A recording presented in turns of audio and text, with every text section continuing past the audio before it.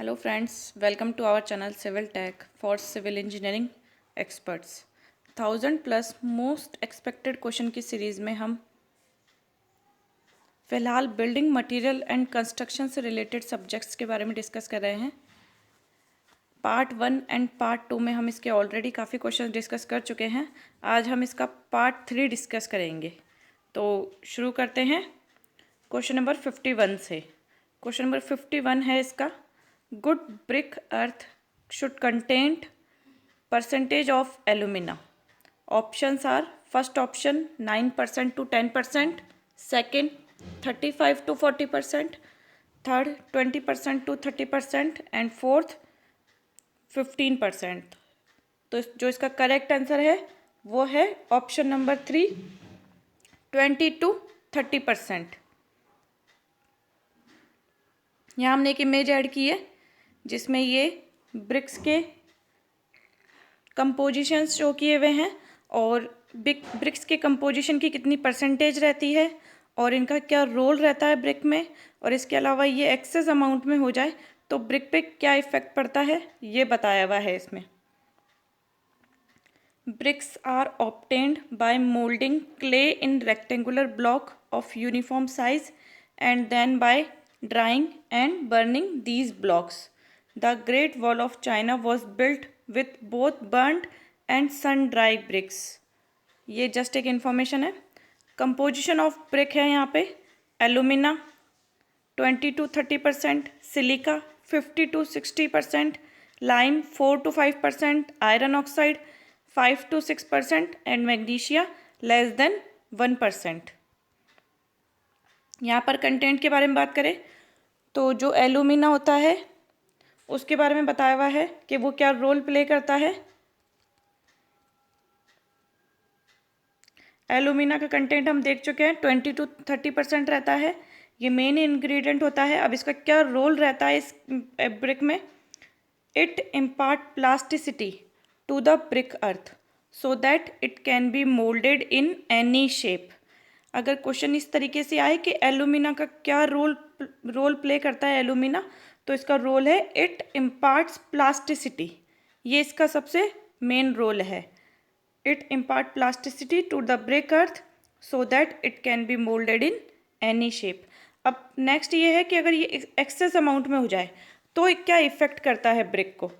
If it is in excess amount it will cause shrinkage and warping of bricks during drying and becomes too hard when burnt. तो इसका ये चीज़ ध्यान रखें। एक तो percentage इसका हो गया, परसेंट से रिलेटेड क्वेश्चन हमारा आ चुका है 20 to 30%।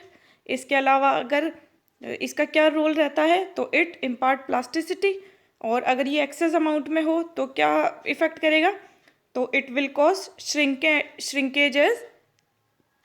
Cause shrinkage and warping of bricks during drying and becomes too hard. इसके और इंग्रेडिएंट के बारे में डिस्कस करते हैं, जैसे कि सिलिका। तो सिलिका का कितना परसेंटेज होता है ये हम टेबल में डिस्कस कर चुके हैं। टेबल में इसका होता है 50 to 60%। ये क्या रोल प्ले करता है? It prevent the cracking and shrinkage and warping of the bricks, hence helping giving the uniform shape. ये इसका जो रोल प्ले करता है वो है ये, it's prevent the cracking and shrinkage and warping of the bricks. अगर ये एक्सेस अमाउंट में मौजूद हो जाए तो अगर मतलब हम इसका परसेंटेज इंक्रीज कर दे तो if amount of silica is in excess it destroy the cohesion between particle of brick earth and resulted in formal of brittle bricks. जो ऑप्शन आएगा वो ऑप्शन यही होगा कि अगर ये एक्सेस अमाउंट में हो तो it destroy the cohesion between particle of brick earth and result in formation of brittle bricks. Next इसका कंटेंट है लाइम। लाइम क्या रोल प्ले करता है? यहाँ पर आप ये भी ध्यान रखें, लाइम को calcium oxide CaO, a small quantity of lime not exceed 5%। इसकी 5% से ज़्यादा एक्सीड नहीं करते हैं इसका कंटेंट। और ये क्या रोल प्ले करता है लाइम ब्रिक में? It prevent shrinkage. और अगर ये एक्सेस अमाउंट में मौजूद हो तो if it in excess amount it cause the bricks to melt during burning process and result in loss of shape. अब ऑब्वियसली सी बात है, अगर वो मेल्ट हो जाएगा तो वो शेप लॉस कर देगा। आयरन ऑक्साइड का क्या रोल रहता है? Iron oxide, a small quantity of iron oxide about 5 to 6% is desirable for brick earth. अब ये क्या रोल प्ले करता है? It helps in fusing, joining lime with silica. ये सिलिका और लाइम को जॉइन करने का काम करता है। And also imparts in strength and colour.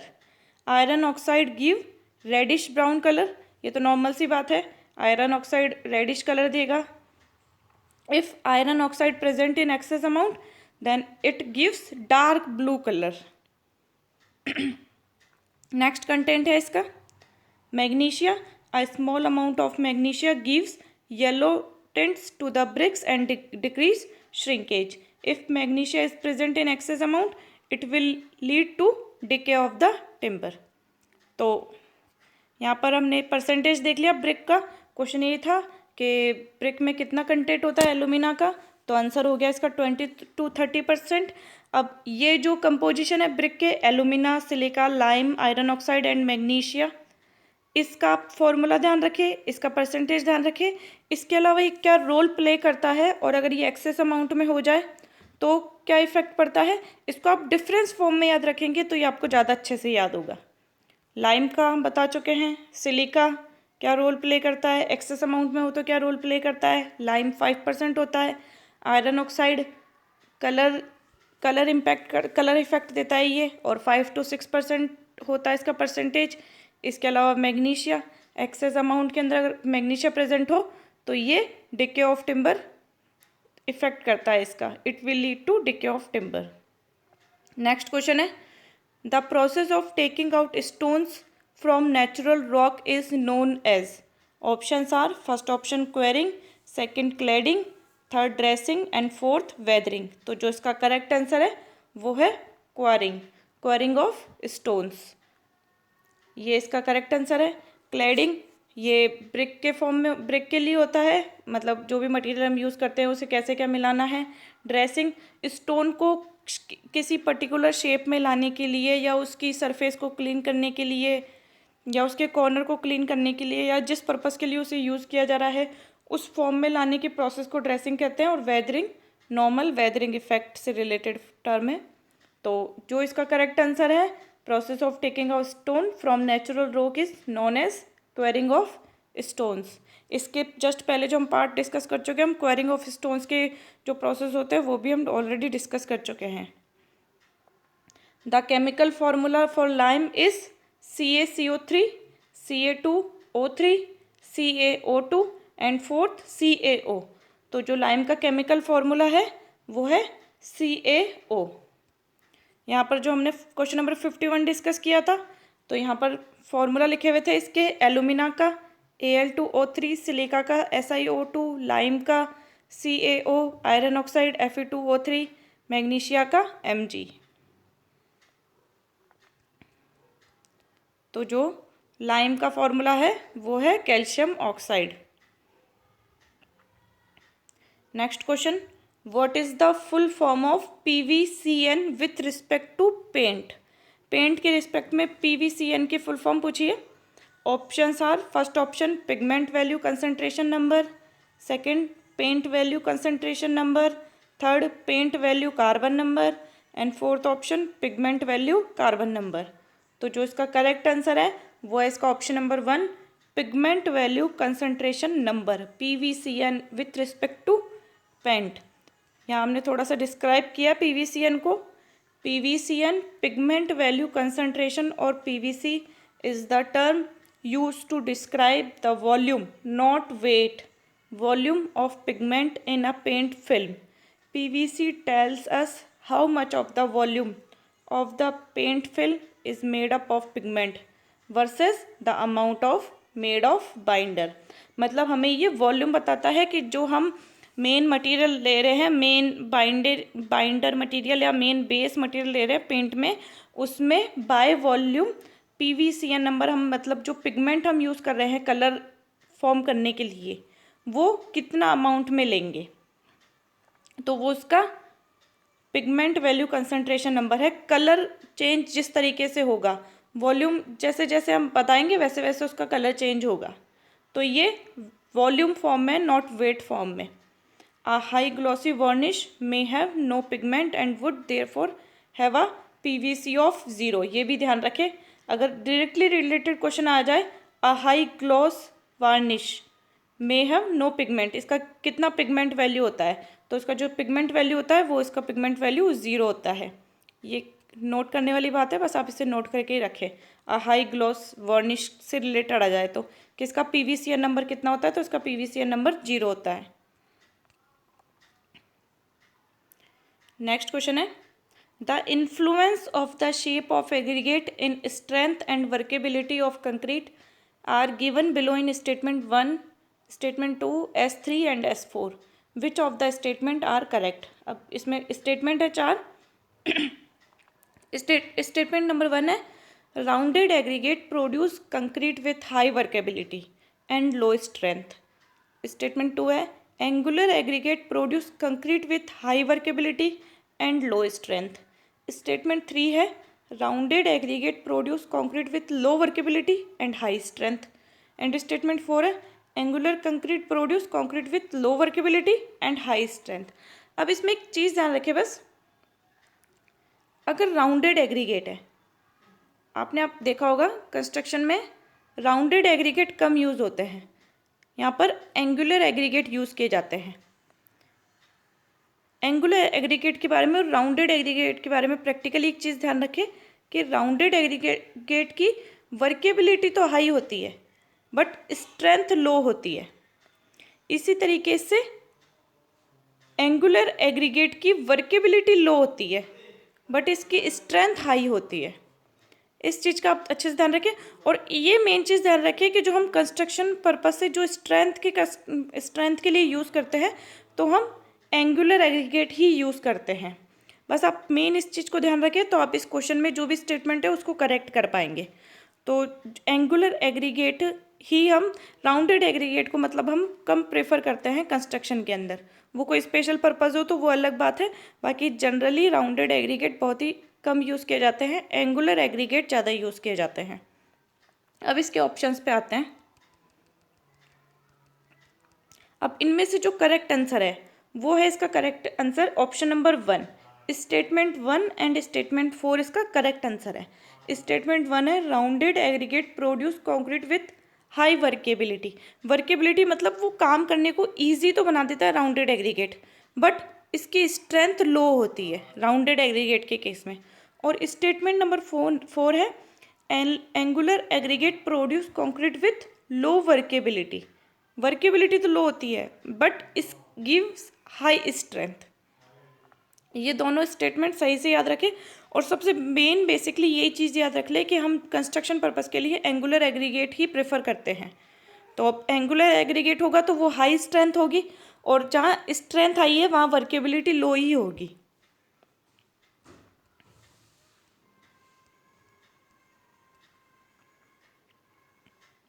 तो इसका करेक्ट आंसर है statement number 1 and statement number 4। Next question है, the major compounds in ordinary Portland cement responsible for its strength are. Options are, first tetra calcium aluminoferrite, second tri calcium silicate and di calcium silicate, third di calcium silicate and tetra calcium aluminoferrite, and fourth option tri calcium aluminoferrite. तो जो इसका correct answer है वो है इसका option number 2, try calcium silicate and di calcium silicate. अब हमने box compound की एक इमेज ऐड करी है, थोड़ा सा हम इसे एक्सप्लेन कर देते हैं। यहाँ पे बॉक्स कंपाउंड है 4 सीमेंट के, जिसमें फर्स्ट है tri calcium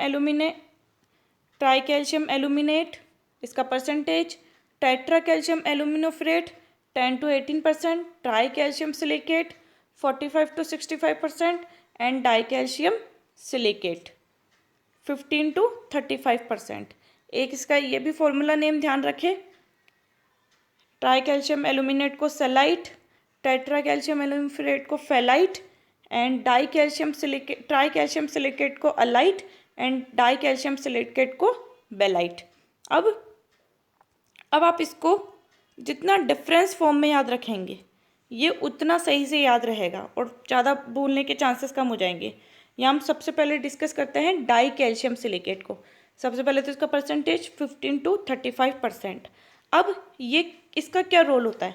this compound is formed very slowly, that is with in a years and और so after addition of water to the cement. मतलब ये अर्ली स्ट्रेंथ के लिए रिस्पॉन्सिबल नहीं होता है, ये लेटर स्ट्रेंथ के लिए रिस्पॉन्सिबल होता है।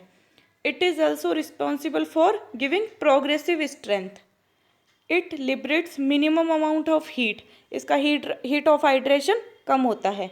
It hydrates slowly, it imparts resistance to chemical attack and increasing amount of C2S content reduces early strength, decrease resistance to freezing and thawing at early age. और इसका हीट ऑफ हाइड्रेशन है 260 joule per gram. इसके अलावा try calcium silicate, इसका percentage होता है 45 to 65%। This compound is formed with in a week after addition of water to the cement. It is also mainly responsible for early strength.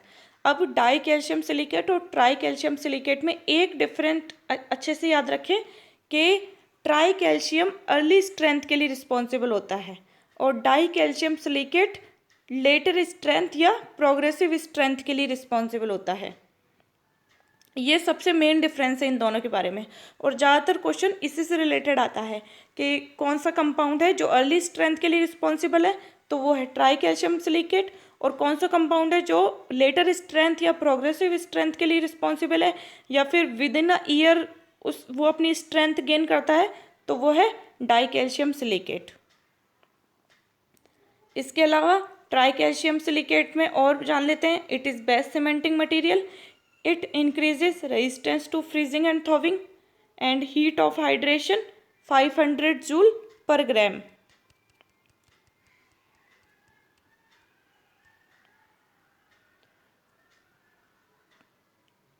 Next इसका compound है tri calcium aluminate, इसका percentage है 4 to 14%। It is formed with in 24 hours after addition of water to the cement. This compound reacts quickest with the water and liberates maximum amount of heat, increase the C3A content, reduces the setting time, weakens resistance to sulfate attack and lowers the ultimate strength। और इसका जो heat of hydration है वो है 860 joule per ग्राम। अब try calcium aluminate से related यही question आता है कि सीमेंट का वो कौन सा कंपाउंड है जो कि अर्ली सेट हो जाता है। यहाँ पर आप करेक्ट अच्छे से माइंड में कन्फ्यूजन क्लियर रखें। अर्ली स्ट्रेंथ अलग है और अर्ली सेटिंग अलग है। अर्ली स्ट्रेंथ की बात की जाए तो वो ट्राई कैल्शियम सिलिकेट का नाम आएगा और लेटर स्ट्रेंथ की बात की जाए तो डाई कैल्शियम सिलिकेट की बात आएगी। और स्ट्रेंथ के बारे में बात की जाए तो डाई कैल्शियम और ट्राई कैल्शियम सिलिकेट की बात आएगी। और सेटिंग की बात की जाए तो ट्राई कैल्शियम एल्यूमिनेट की बात आएगी। स्ट्रेंथ के केस में C2S and C3S and setting के केस में C3A। और इसका ये भी ध्यान रखें कि किसका हीट ऑफ हाइड्रेशन सबसे ज़्यादा होता है, तो हीट ऑफ हाइड्रेशन होता है C3A का। इसका नेक्स्ट कंपाउंड है tetra calcium aluminoferrite. This compound is also formed within after about 24 hours after addition of water to the cement. It has poorest cementing value, increase the C4AF content, reduce the strength slightly. Heat of hydration is 420 joule per gram। अब अगर आप इसका role ध्यान रखेंगे अच्छे से कि क्या ये रोल प्ले करता है, तो जैसे ही इसका इंक्रीज करने पर जो इफेक्ट पड़ता है तो वो इसका जस्ट अपोजिट निकल के आ जाएगा, तो वो भी आप ऑप्शन में से करेक्ट चूज कर सकते हैं। तो ये चारों बॉक्स कंपाउंड हो गए। इसका प्रपोर्शन याद रखें, मतलब इसका परसेंटेज डाई कैल्शियम सिलिकेट का 15 to 35%, ट्राई कैल्शियम सिलिकेट का 45 to 65। ट्राई कैल्शियम सिलिकेट यहाँ सबसे ज़्यादा है। और हीट ऑफ हाइड्रेशन जो होता है वो ट्राई कैल्शियम C3A का सबसे ज़्यादा होता है। स्ट्रेंथ के केस में C2S and C3S and setting time के केस में या अर्ली सेट होने के केस में C3A का रोल प्ले होता है। अब जो यहाँ क्वेश्चन था उस क्वेश्चन को फिर से देखें तो आप अब कंफ्यूज नहीं होंगे। The major compound in ordinary Portland cement responsible for strength are C2S and C3S।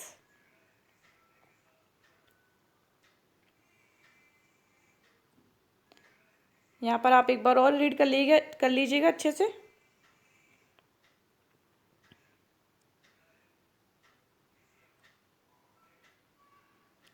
चलिए आगे बढ़ते हैं नेक्स्ट क्वेश्चन की तरफ। State whether the following statement associated with fresh concrete are true or false. Statement 1 है as the compaction factor increases slump decreases. Second statement slump test help in qualitatively understanding the setting time of concrete. Options are, first option है S1 is true and S2 is false. Second option both S1 and S2 are true. Third option S1 is false and S2 is true. And fourth option S1 and S2 are false. तो जो इसका correct answer है ये दोनों statement ही गलत है। इसका fourth option इसका करेक्ट आंसर है। Both statement 1 and statement 2 are false. यहाँ हमने एक इमेज ऐड की है स्लम्प की।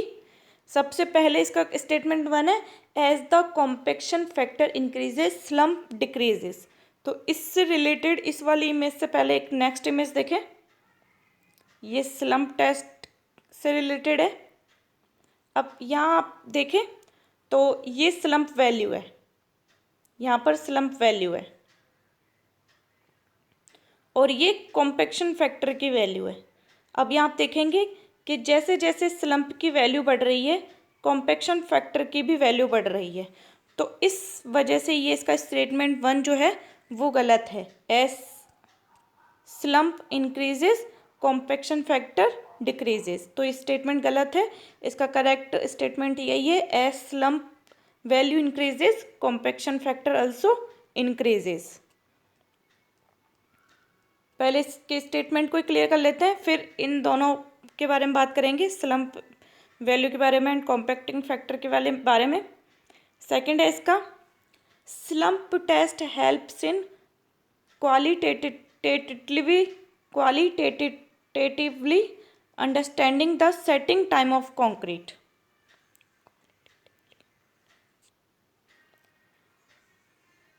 अब यहाँ पर स्लम्प टेस्ट क्यों किया जाता है? To determine the consistency of concrete mix of given proportion by the slump test. Slump test जो हम करते हैं वो कंसिस्टेंसी जानने के लिए करते हैं।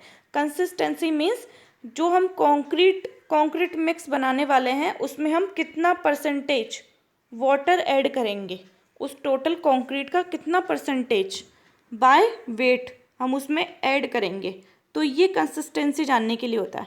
आप प्रैक्टिकली इसे समझें तो आप देखिए जैसे ये यहाँ पर स्लम्प टेस्ट किया जाता है इस मोल्ड में। अब अगर हम जितनी इसमें रिजायर्ड है, जितनी इसमें ज़रूरत है पानी की, उतना ही रखेंगे तो ये स्लम्प वैल्यू ज़्यादा नहीं होगी। ये स्लम्प टेस्ट में स्लम्प वैल्यू होती है कितनी रखनी है यहाँ पे, मतलब कितनी निकल के आती है जब इसको अच्छे से कॉम्पैक्ट करके 3 लेयर में फिल किया जाता है कंक्रीट को। तो ये स्लम्प की वैल्यू कितनी होती है, जैसे जैसे स्लम्प वैल्यू बढ़ती जाती है मतलब वो कंक्रीट हमारे लिए वर्केबल नहीं है। स्लम्प वैल्यू कम है तो मतलब वो कंक्रीट सही है। तो बेसिकली जो स्टेटमेंट है वो स्टेटमेंट इसीलिए फॉल्स है कि जो हम मतलब इसका जो ऑब्जेक्ट होता है वो ऑब्जेक्ट इसका यही है कि to determine the consistency of concrete mix. तो इस वजह से ये इसका स्टेटमेंट 1 एंड स्टेटमेंट 2 दोनों ही फॉल्स हैं। अब यहाँ आप देखें तो सबसे मेन रीज़न तो होता है स्लम्प टेस्ट का यही जानने के लिए कि उसकी कंसिस्टेंसी जानने के लिए होता है कि यानी कि परसेंटेज ऑफ वाटर कितना रखना है हमें उसे। अब इसके अलावा स्लम्प टेस्ट के बारे में कुछ और जान ले कि जो स्लम्प का मोल्ड होता है, ये जो कोण होता है स्लम्प का, इसकी डायमेंशंस कितनी होती है।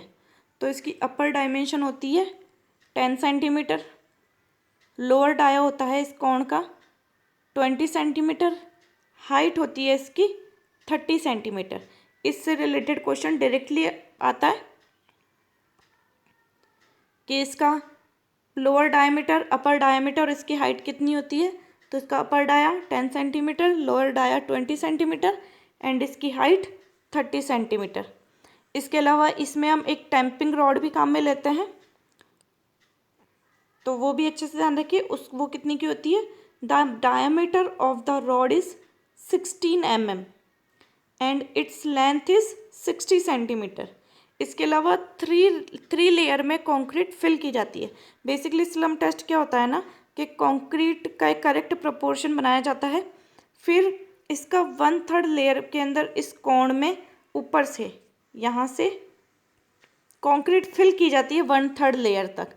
फिर ये जो टैंपिंग लेयर होती है 16 mm डाया की और 60 सेंटीमीटर की, इस टैंपिंग रॉड से कॉम्पेक्शन किया जाता है। फिर उसके बाद में फिर से फिल किया जाता है कंक्रीट और उसका 20 to 30 टाइम उसको कॉम्पैक्ट किया जाता है। फिर अगेन इसको फिल किया जाता है और फिर कुछ सेकंड रुक करके और फिर इसको हैंडल से यहाँ से पकड़ के कॉर्न को और इस मोल्ड को रिलीज़ कर दिया जाता है। जब ये प्रोसेस किया जाता है, इसको मोल्ड को यहाँ से रिलीज़ कर देते हैं, तो स्केल से ये देखिए यहाँ पर इस तरीके से होता है। ये स्केल होता है, यहाँ पे स्केल इंसर्ट किया जाता है और यहाँ पर ये कंक्रीट जो शेप लेता है उसमें कंक्रीट कितना फैलता है या कितना रहता है, इसको मेज़र कर लिया जाता है यहाँ पर स्केल से। तो बेसिकली जो ये वैल्यू होती है वो स्लम्प वैल्यू होती है।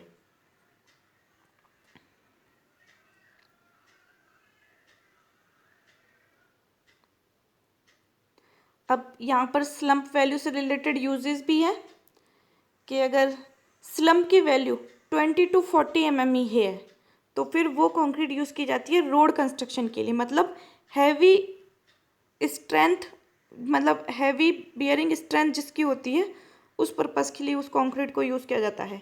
बिम्स एंड स्लैब्स के लिए अगर उसका स्लम्प की वैल्यू 50 to 100 mm है, स्लम्प वैल्यू 80 to 150 mm है, तो वो नॉर्मल आरसीसी वर्क के लिए। 20 to 50 mm है तो मास कंक्रीट के लिए, और 10 to 25 mm स्लम्प है तो concrete to be vibrated, and 75 to 120 mm value है तो इम्परमेबल वर्क के लिए।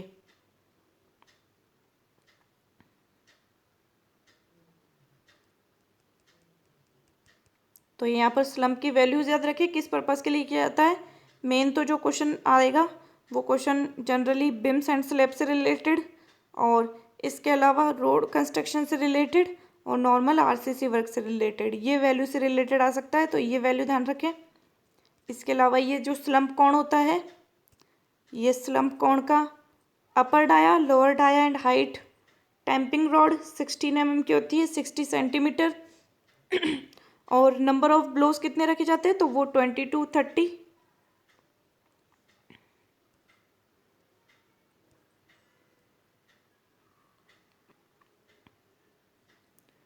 नेक्स्ट क्वेश्चन है, a roof with slopes in all the 4 directions and with a break in each slope is known as.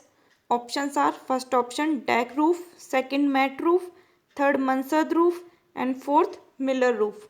तो जो इसका करेक्ट आंसर है कि 4 डायरेक्शन में स्लोप है और स्लोप में भी गैप है, तो वो इसका आंसर है टाइप ऑफ रूफ मnsard रूफ। यहाँ हमने टाइप ऑफ रूफ की एक इमेज ऐड की है। इनमें से देखिए, फर्स्ट है gable roof, second hip roof, third Dutch roof, fourth mansard roof, fifth flat roof, ये शेड रूफ, ये बटरफ्लाई रूफ, ये गैम्ब्रल, ये डॉर्मर रूफ और ये एम शेप रूफ। अब आप इसको कैसे याद रखेंगे, तो इनके बीच का डिफरेंस याद रखें जिससे आप इसको अच्छे से याद रख पाएंगे। गैबल रूफ में देखिए आप, तो दोनों साइड स्लोप है, ओनली 2 डायरेक्शन में। ये 4 डायरेक्शन में नहीं है, इसमें 2 डायरेक्शन में स्लोप है और एक ही स्लोप है। इसके अलावा आप हिप रूफ को याद रखें तो चारों डायरेक्शन के अंदर स्लोप है इसमें। डच रूफ में चारों डायरेक्शन के अंदर स्लोप है, इसके अलावा 2 डायरेक्शन में, ये देखिए यहाँ पर इस वाली डायरेक्शन में स्लोप में चेंजेस है। ऊपर वाले का स्लोप अलग है और नीचे वाले का स्लोप चेंज हो रहा है, ऊपर और नीचे दोनों में स्लोप चेंज हो रहा है, तो ये डच रूफ है, ये 2 डायरेक्शन में है। इसके अलावा मनसर्द रूफ में चारों तरफ स्लोप है और इसके अलावा चारों डायरेक्शन के अंदर स्लोप में चेंजेस है। ये इसका मेन डिफरेंस है डच रूफ में और मनसर्द रूफ में, कि डच रूफ में 2 स्लोप तो एक ही है और 2 स्लोप चेंज हो रहे हैं, और मनसर्द रूफ में चारों डायरेक्शन में स्लोप चेंज हो रहे हैं। फ्लैट रूफ तो आप नाम से ही समझ जाएंगे। शेड रूफ, इसमें थोड़ा सा आगे बढ़ा के शेड किया हुआ है। बटरफ्लाई, ये बटरफ्लाई जैसा शेप आ रहा है इसमें, वी जैसा या बटरफ्लाई जैसा। गैम्ब्रल, इसमें भी आप इस तरीके से ये डिवाइड किया हुआ है इसको, रूफ को। और डॉर्मर रूफ, जो ये डॉर्मर विंडो होती है जिसमें लगी हुई, वो डॉर्मर रूफ है, यानी कि गैबल रूफ का ही पार्ट है, बस गैबल रूफ में डॉर्मर विंडो लगा दी गई है। डॉर्मर विंडो से भी रिलेटेड डायरेक्ट क्वेश्चन आता है कि किस तरीके की, मतलब जो बर्फीले इलाके होते हैं उनमें किस तरीके की विंडो यूज़ की जाती है, तो वो डॉर्मर रूफ यूज़ की जाती है। और एम शेप रूफ, अब यहाँ गौर करेंगे तो ये एम शेप बना रहा है यहाँ पे, तो ये एम शेप रूफ है। तो बस आप इसको डिफरेंस से याद रखें तो ये आपको अच्छे से याद रहेगा।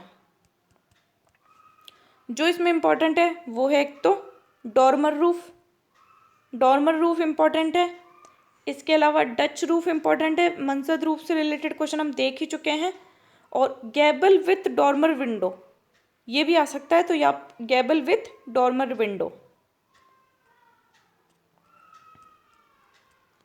तो जो क्वेश्चन था वो यही था, as roof with slope in all the 4 direction and with a break. चारों डायरेक्शन में ब्रेक है तो वो मनसर्द रूफ हो गई। और चारों डायरेक्शन में से ओनली 2 डायरेक्शन में, मतलब स्लोप में ब्रेक है, तो वो डच रूफ है। Next question, the under water construction which cement is used. Options are ordinary Portland, second expensive, third quick setting and fourth Portland pozzolana cement. तो जो इसका करेक्ट आंसर है वो है quick setting cement. Under water construction के लिए quick setting cement use की जाती है। क्विक सेटिंग सीमेंट से रिलेटेड हमने एक इमेज ऐड की है। This cement is manufacture by adding small amount of aluminium sulphate. अब ये चीज़ ये अच्छे से याद रखें कि जो ऑर्डिनरी सीमेंट है उसमें क्या मिलाया जाता है कि वो क्विक सेटिंग हो जाती है, तो उसमें मिलाया जाता है small amount of aluminium sulphate. In this cement gypsum content is reduce. Gypsum नहीं मिलाया जाता है क्योंकि जिप्सम सेटिंग टाइम को रिटार्ड कर देता है, इसलिए इसमें जिप्सम के कंटेंट को रिड्यूस किया जाता है ताकि वो उसके सेटिंग टाइम को रिटार्ड नहीं करे और ये क्विकली सेट हो जाए। और it is ground much finer than OPC। It sets quickly but does not harden quickly. Initial setting time होता है इसका 5 minute and final setting time 30 minute. It is used when concrete is to be laid and under water and or in running water. यहाँ पर ध्यान रखने वाली सबसे important चीज़ यही है कि इसमें एल्यूमिनियम सल्फेट का स्मॉल अमाउंट ऐड किया जाता है और जिप्सम रिड्यूस किया जाता है ताकि ये सेट क्विकली हो जाए। और इसके अलावा इसका इनिशियल और final setting time. Next question है, calculate the number of bricks required for a 5 cubic metre brick wall. Options are, first option 250, second 600, third 1500 and fourth 2500। तो जो इसका करेक्ट आंसर है वो है 2500। 1 क्यूबिक मीटर के लिए 500 ब्रिक्स यूज़ की जाती है। अब यही 5 क्यूबिक मीटर के लिए यूज़ किया जाए तो 5 × 500 2500 ब्रिक्स। तो इसका करेक्ट आंसर फोर्थ ऑप्शन है।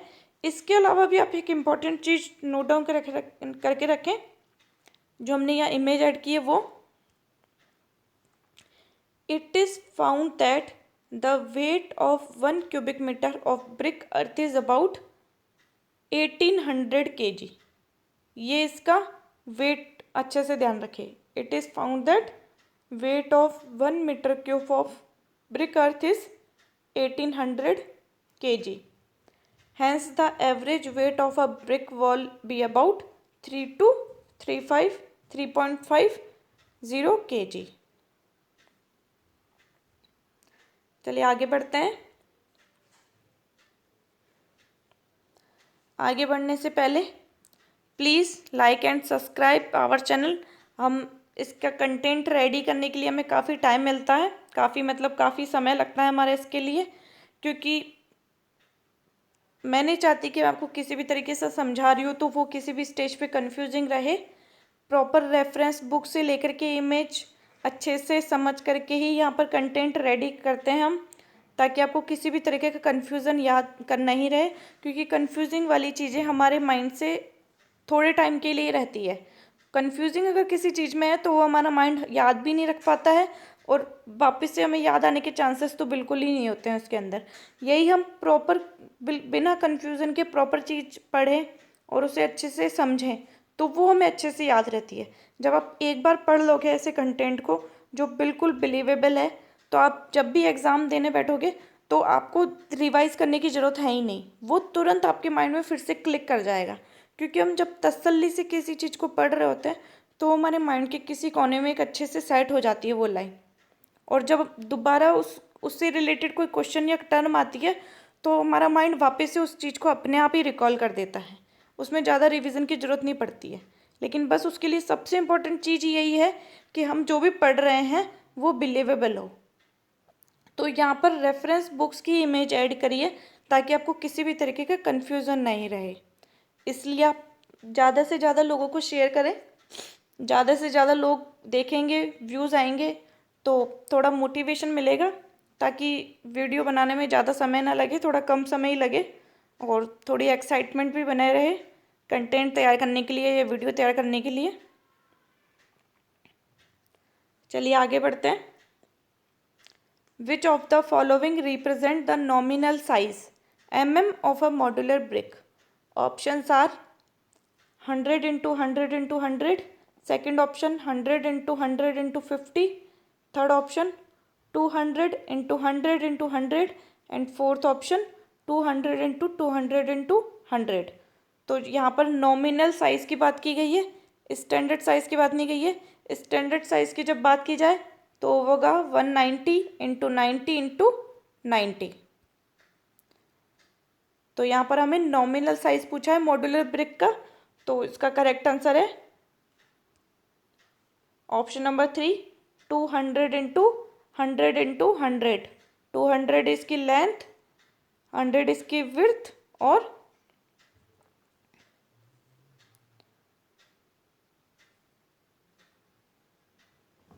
ये 200 है, इधर वाली लेंथ इसकी 100 है, और इसकी हाइट 100 है।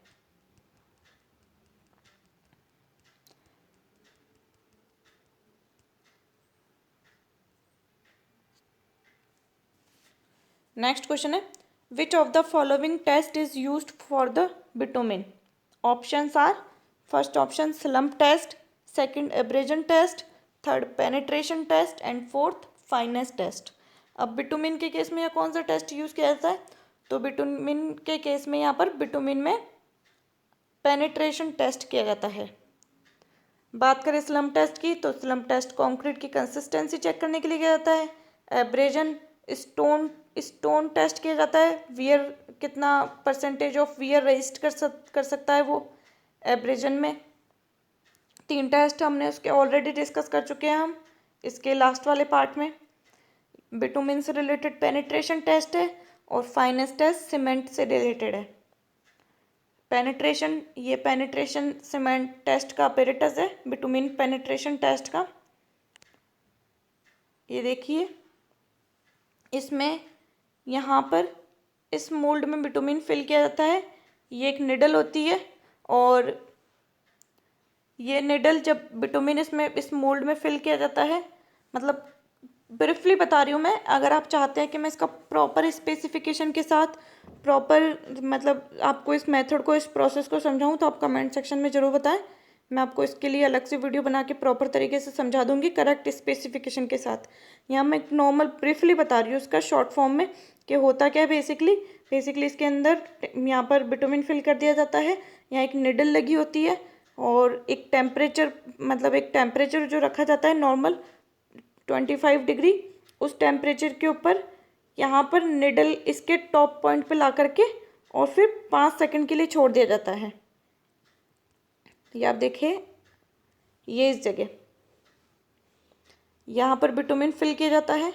अब बिटुमिन की टॉप सरफेस पे लाके निडल को, ये 100 ग्राम वेट की निडल होती है, यहाँ पर वेट लगा होता है, और फिर इसको 5 सेकंड के लिए यहाँ पे छोड़ दिया जाता है, कुछ देर के लिए। तो उसके बाद इसमें कितना पेनिट्रेशन होता है, इसका सेट होने के बाद, बिटुमिन सेट होने के बाद उसमें कितना पेनिट्रेट करता है, ये यहाँ पर mm में मेज़र कर लिया जाता है। तो ये इसकी पेनिट्रेशन वैल्यू होती है। फिर वो अलग अलग पेनिट्रेशन वैल्यू अलग अलग उसके लिए रिस्पॉन्सिबल होती है। वो अगर आप चाहते हैं कि उसको मैं करेक्ट अच्छे तरीके से एक्सप्लेन करूँ, या मैंने ब्रीफली एक्सप्लेन किया, तो आप कमेंट सेक्शन में ज़रूर बताएं।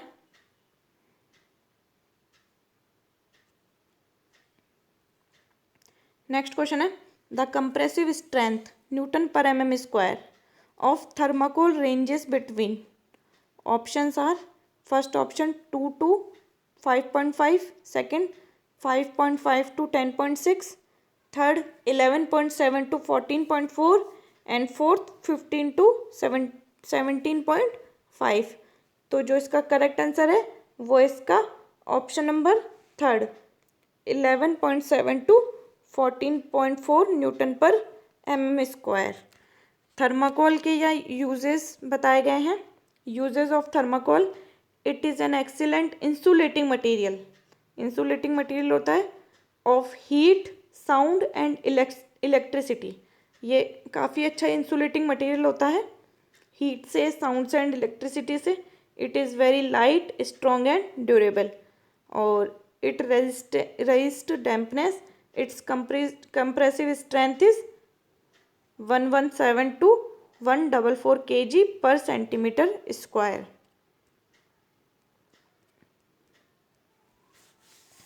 बेस्ट इंसुलेटिंग मटेरियल है ये सबसे मेन चीज़ है इसके बारे में ध्यान रखने की। और इसके अलावा इसकी कंप्रेसिव स्ट्रेंथ यहाँ बताई दी गई है, 11.7 to 14.4 newton per mm square. Next question है, pick up the correct statement from the following. Options are, first option, the concrete gains strength due to hydration of cement. Second option, the concrete cured at a temperature below 23 degree Celsius gains strength up to 28 days strength. Third option, the concrete does not set at freezing point. And fourth option, all options are correct. अब ये जो question है, कुछ मतलब SSC में कुछ इस तरीके के क्वेश्चन भी आए हुए हैं अगर पिछले साल के रिकॉर्ड को देखें तो, कि मतलब है ना, उसमें डायरेक्टली किसी टर्म से रिलेटेड नहीं पूछे हैं, बेसिक से रिलेटेड क्वेश्चन पूछे गए हैं। तो जो बेसिक से रिलेटेड क्वेश्चन पूछे गए हैं ना, उसमें से ये एक क्वेश्चन है। ये डायरेक्टली किसी टर्म से या डायरेक्टली कहीं कोई लाइन लिखी हुई किसी बुक में, तो वहाँ डायरेक्टली क्वेश्चन उठ के नहीं आया है। ये वाला जिनके बेसिक क्लियर हैं वो इसको अच्छे से कर पाएंगे। जैसे इसका स्टेटमेंट 1 है, the concrete gains strength due to hydration of cement. अब हमने जब बॉक्स कंपाउंड की बात करी थी तो उसमें जो C3 ये कंटेंट था, उसका हीट ऑफ हाइड्रेशन सबसे ज़्यादा था। तो जब उस चीज़ को ध्यान रखिए कि उसका हीट ऑफ हाइड्रेशन सबसे ज़्यादा था, और उसके बाद ट्राई कैल्शियम सिलिकेट का था, तो उस चीज़ को ध्यान में रखते हुए ये स्टेटमेंट बिल्कुल करेक्ट है कि the concrete gains strength due to hydration of cement. फिर नेक्स्ट स्टेटमेंट है, the concrete cured at a temperature below 23 degree Celsius gains strength up to 28 days strength. अब जो कंक्रीट होती है वो उसकी 99% स्ट्रेंथ 28 डेज तक गेन कर लेती है, और इसके अलावा जो टेम्परेचर होना चाहिए सुटेबल, वो 23 डिग्री सेल्सियस इतना ही होना चाहिए। मतलब अगर इससे ज़्यादा हुआ तो हमें एक्स्ट्रा वाटर की ज़रूरत पड़ेगी क्योरिंग के लिए। तो ये इसका ऑप्शन भी सही है। इसके अलावा थर्ड ऑप्शन है इसका, the concrete does not set at freezing point. अब फ्रीजिंग पॉइंट पर वो कंक्रीट सेट नहीं होगी, क्योंकि अगर फ्रीजिंग पॉइंट होगा तो वो उसका हीट ऑफ हाइड्रेशन नहीं हो पाएगा। हीट ऑफ हाइड्रेशन नहीं हो पाएगा तो वो सेट नहीं हो पाएगी। मतलब C3 ये कंपाउंड नहीं बन पाएगा, तो वो ये ऑप्शन भी सही है, the concrete does not set at freezing point. तो जब चीज़ें बेसिक क्लियर होगी तभी इस तरीके के स्टेटमेंट या इस तरीके के ऑप्शंस को हम समझ पाएंगे। तो जो इसका करेक्ट आंसर है वो इसका option number 4, all option are correct.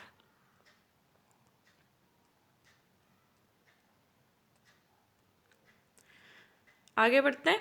The cement compound that reacts and set immediately after addition of water.